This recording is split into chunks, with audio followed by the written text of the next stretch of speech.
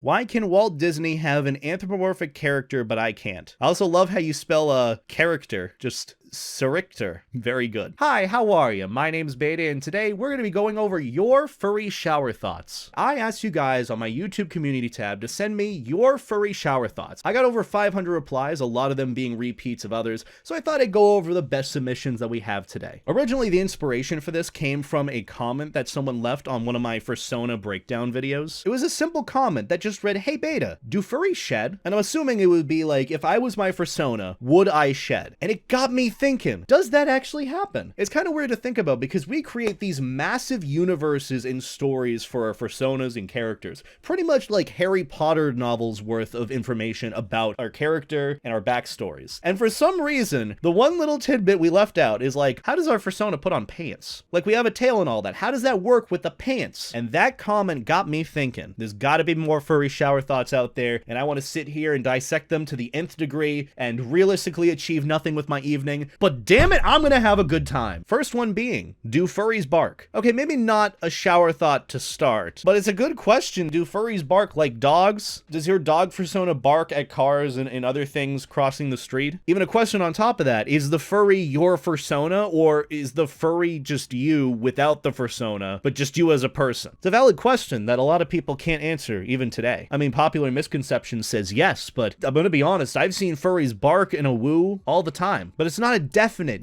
by nature, do they bark? Again, this isn't really a shower thought, but you see how I can break this down and make it seem like it is? Do dog furries smell worse after a shower? That's a good question. And quite literally, this is a furry shower thought. Imagine you're your FURSONA and you're just in the shower. You're like midway through the shower and you're like, oh shit, this is gonna be like a day-long event. Am I gonna smell after this? So to properly answer your question, do dog furries smell worse after a shower? Probably not. However, if your definition of a shower is just like running through the sprinkler a few times, then yeah, the wet dog smell will probably be there. How do furries shave a beard? Ooh, wait, how do you shave a beard? Isn't shaving a beard already a haircut? I'm going to not answer your question, not because I don't want to, but because I've gone too deep and I'm hurt by it, which is my own doing. I'm just glad that furries are taking showers. Oh, that is wishful thinking. The last furry convention I went to, I don't know what it was, but furries, like, y'all need a shower. This is my big assumption here, but I feel like everyone has a different definition of what a shower is for them. Like, some furries, like me, might want to clean their whole body and feel refreshed after that and smell nice, feel clean,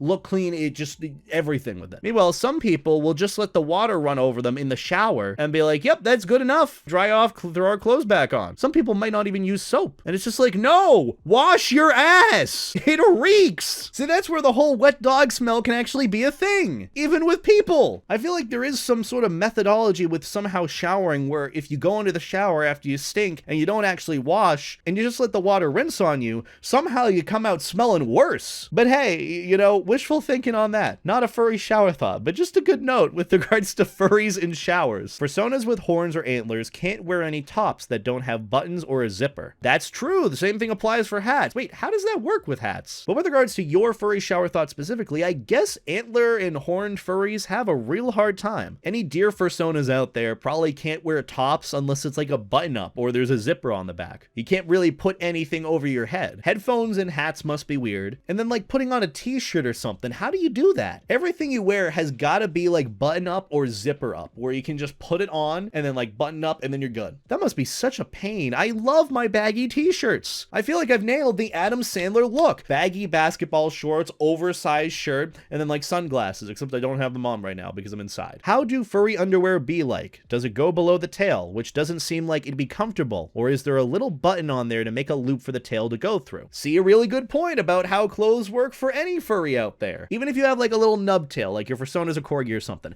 how does your character put on pants? How does that work? I feel like the easier answer here is just to have pants that have like a little loop or like a button where you can button up the end of it and it goes over your tail, so technically there's a little tail hole area. Or you could just be a Giga Chad and not worry about the tail hole and just pull up your pants as far as they can go and just go about your normal day. I feel like that's extremely uncomfortable comfortable. But hey, you do you. Could I even fit in the shower as a dragon? I mean, I have a motto when it comes to stuff like this. If you're too big for a shower, it means you're not trying hard enough. When someone's like, oh, I can't do that, I'm too big or too small, and I'm like, not with that attitude, you aren't. It's probably not the best saying to have for most things. But with regards to this situation, you know, anything can realistically be a shower. I mean, furries have proven that time and time again. I gotta stop making jokes about furries and showers in this video. If fur means I'll call you floofy, would scales make you a smoothie?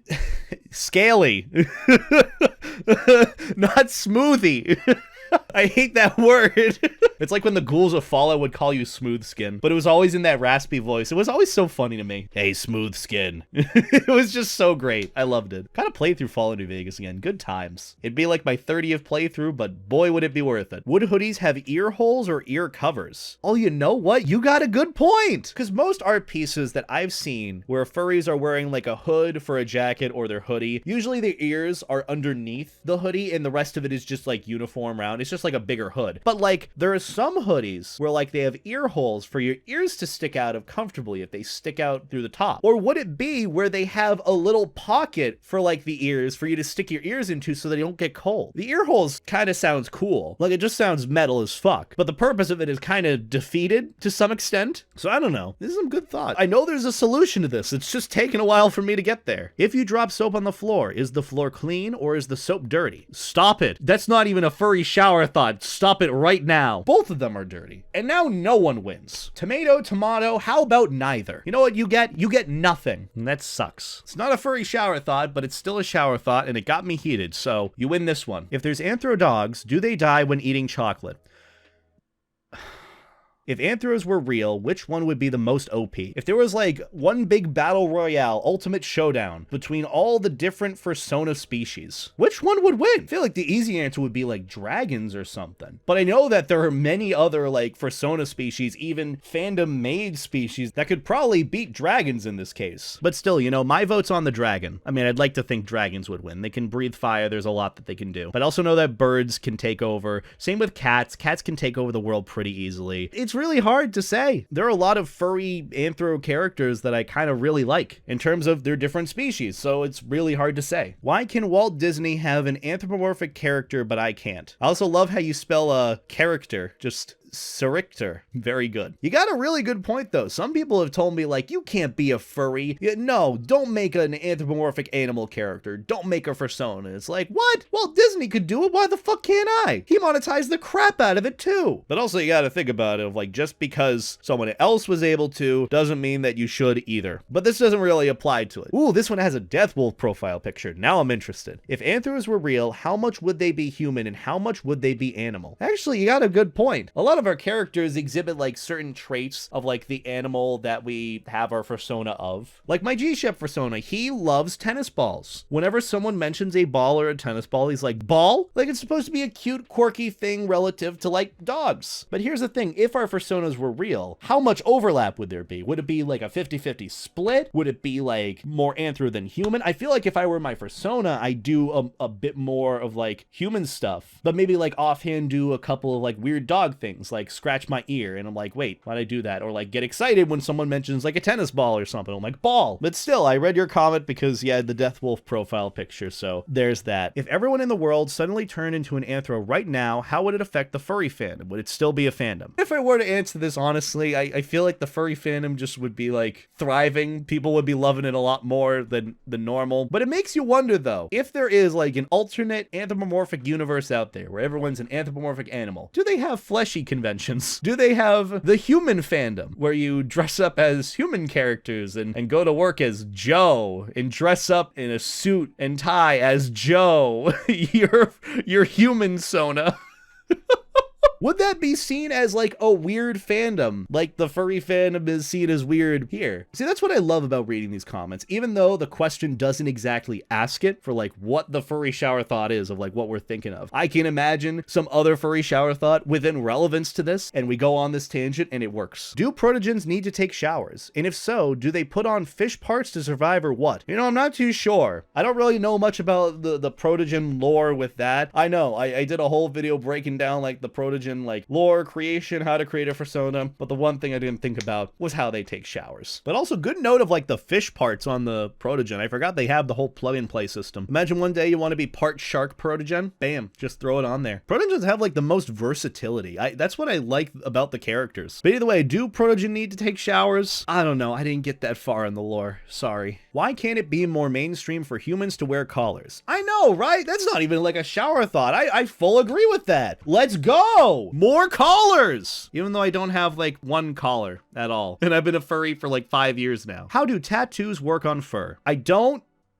know. How does that work, actually? I know a fursuit maker can make it happen, but I know it's gonna be a hell of a lot of money. Tattoos are very intricate and very detailed. I've seen a lot of fursonas with tattoos on them. How does that shit work? I know in like a perfect universe, it just kind of spawns on your character and it's like, oh, I have the tattoo on my character and it's like matched in with my fur. I'm assuming it's just supposed to be like a fur pattern rather than a tattoo. Is it just like a fur marking at that point? Or is it actually a tattoo? Wouldn't it be kind of the same thing as like dyeing your fur though? Wait a minute, how do you dye your fur? See what I mean with the rabbit hole you can go down with thinking about this stuff? It's scary. If you make a nice looking fursona, there's almost a guaranteed chance that someone will ship you with their OC like any other fandom. Oh my god, don't remind me. This doesn't even just happen to like good looking fursonas. This could happen to like realistically anyone. It's a scary shower thought to have. Think about it. You might have a character that someone else is so goddamn in love with. Like they love that design, they love the character, they love the lore and story. They fantasize and create scenarios with this character and they really, really love them. But it's your character. So it's so fucking weird. Imagine what that feels like. That's what happens to me a lot and I hate it. I can't control it. That's why I just realistically don't put any effort into it and I just don't really care. But still, it's kind of creepy, you know? The amount of random fanfics that I will stumble upon where my characters are involved in some completely outrageous scenario that I just would never want to be a part of is very concerning. The message here is please respect other people's characters, even though some people won't. Please do it regardless. Thank you. If you became your fursona, but then decided to make another / have multiple, do you become the most recent one, or can you switch between them like VRChat avatars? Or are there multiple yous just walking around? Okay, I'm gonna be honest, the first part of this really fascinates me. Like, what happens if you do create a new character? Could you just switch to the new one? It's like, I want to be this new one, and then it just instantly you become the new character. In an ideal world, that's probably it. But then you had to add the last bit of it where there could be multiple yous just walking around. And oh my god, that sounds terrifying. I'll tell you, when I've put other people in my fursuit before and I'm just kind of walking around and I'm experiencing them in like the third person or second person, I don't know, perspectives. Yeah. It's never not weird. You don't get used to it. You're so used to being that character as you, like with Levi. When I was my character, it just felt natural. When I put my friend in my suit because he could fit in and wanted to walk around as a G-Shep, I was like, this is weird. And same thing happened before with Maverick, where when I put other people in him or when other friends wanted to wear him,